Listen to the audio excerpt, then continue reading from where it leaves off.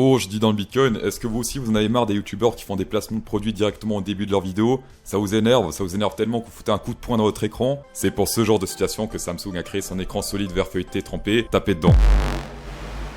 Alors bien sûr je rigole, hein, c'est pas une vraie promo. Le gagnant du concours BitGet s'affiche à l'écran, bravo à toi. Prochain tirage au sort lundi, tapez dedans. On va commencer en 3 jours la time frame que personne ne regarde. Moment critique pourquoi? Parce qu'on reteste en ce moment même ici la résistance du RSI.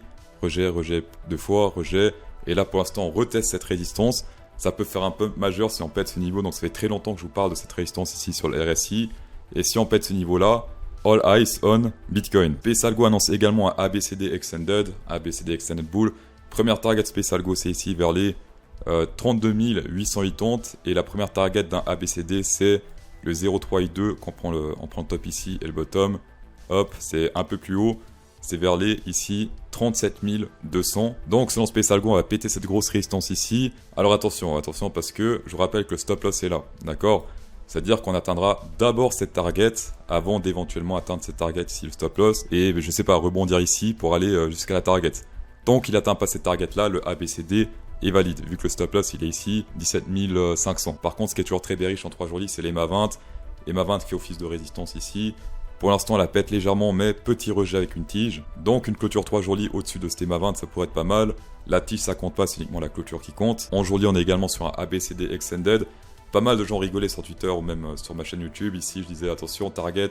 Première target, c'est quoi? C'est 26 613. Et là, on s'approche de plus en plus de P nerveux sans lâcher. Donc, les bears, très attention, tant qu'on n'a pas atteint cette target 1, tout peut arriver. Seul petit truc bear que je vois, c'est cette divergence bear ici, puisque là, ça monte, là, ça descend.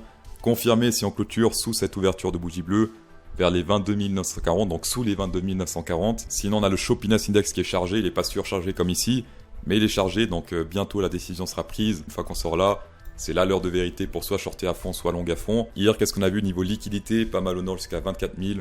Et ensuite, qu'est-ce qui s'est passé? Hop, on a pris toutes ces liquidités ici. Aujourd'hui, qu'est-ce qui se passe? Alors malheureusement, sur ce graphe, on voit pas trop ce qu'il y a au nord puisque ça coupe vers les 25 000. Mais jusqu'à 22 000 ici, il y a pas mal de couleurs, d'accord? Rouge va les 23 500, rouge va les 22 000 et pas mal de rouge ici. Donc oui, il y a des trucs en bas, mais en haut peut-être il y a beaucoup plus et on le sait pas. Donc ça c'est un peu con ce qui se passe ici. Sinon il y a les violets qui achètent comme des oufs, ils achètent. Ils ont acheté ici mais ça s'est pété la gueule.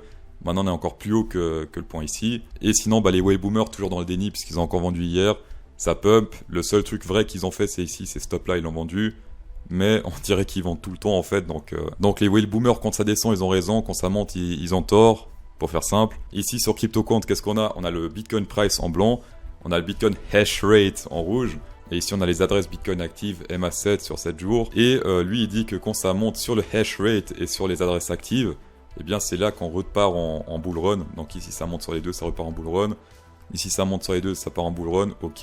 Donc selon lui ici en fait c'est pas un bottom, sauf que regardez ici, c'est pas un indicateur de bottom, c'est un indicateur de tendance, puisqu'ici par exemple c'est le bottom du crash Covid.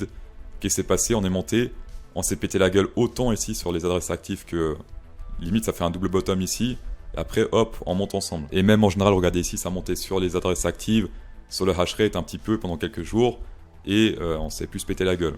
Ici, on n'est même pas encore sur 1-2 semaines de pump, donc on peut pas vraiment faire de conclusion. Sur le long terme, pour moi, c'est plus un indicateur de tendance plutôt qu'un indicateur de signal de bottom. Donc voilà, comme il le dit, ça annonce la tendance, mais pas forcément, enfin selon moi en tout cas, ça annonce pas les bottoms ici parce que c'est pas très cohérent. On aurait eu un bottom ici, on aurait eu un bottom ici, ici. En fait, c'était pas le bottom. En 4 hour candle, on atteint tous les targets de ce crab bat PaySalgo bull à la hausse. Niveau divergence, est-ce qu'il y a des trucs? Ici sur le VMC ça monte également, donc pas de divergence bear sur le VMC. Sur le RSI également, pas de divergence bear, ça monte ici, ça monte là. Sur le court terme, ça fait très plaisir, les bears sont toujours dans le déni puisque ici, full rouge, 55% de bear, ici même 56%. On est toujours dans ce range ici, dans le open interest, c'est-à-dire pas de FOMO, j'ai dit hier.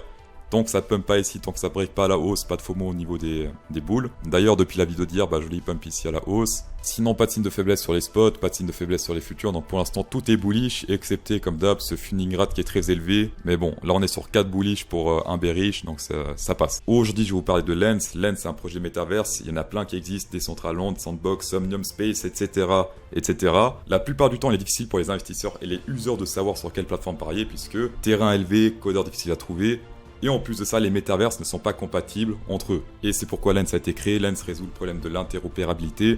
Notez ce mot, l'immobilier de Lens NFT est interopérable, que ce soit Decentraland Spatial, Sandbox ou Somnium. Les Lens NFT peuvent être déployés dans tous ces métaverses et en même temps.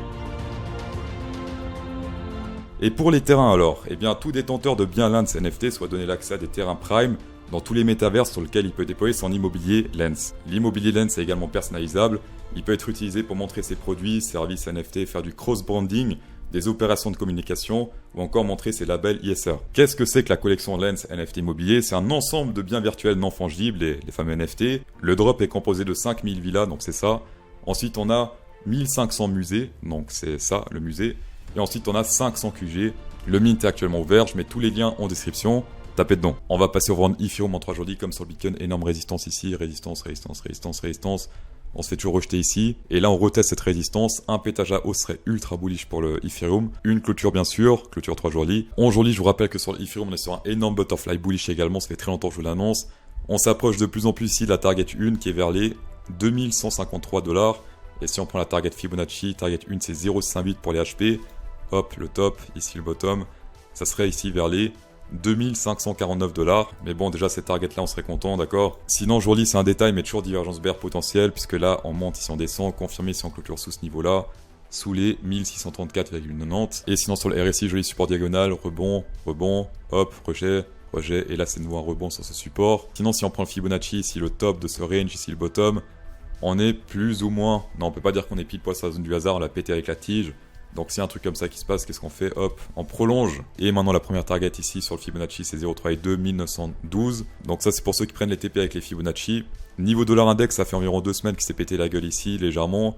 Ça fait du bien un peu aux crypto. Cependant la tendance est toujours haussière ici sur le dollar index, regardez ça. On est toujours au-dessus de l'EMA 50. Si on prend le Fib sur le dernier rebond, qu'on met sur le top, qu'est-ce qui se passe? Le hasard une fois plus. Il ne faut pas avoir peur. Ceci combiné avec une divergence boule potentielle puisqu'ici ça descend, là ça monte. Confirmé si on clôture au-dessus d'une bougie rouge, c'est-à-dire au-dessus des, on va dire sur le 0,5 ici, 106,518. Pour info, dimanche soir, c'est 31 juillet, clôture mensuelle sur le Bitcoin et sur toutes les cryptos. Volatilité potentielle, donc moi j'ai tenté un move le dimanche soir. Et bien sûr, je partagerai les résultats au vent Twitter. Dans tous les cas, merci d'avoir checké cette vidéo, c'est toujours un plaisir. Spécial Go 10% de rabais avec Crypto Sauce 10, tapez dedans. Insérez un pouce bleu dans cette vidéo pour encore plus de plaisir. Et bon week-end.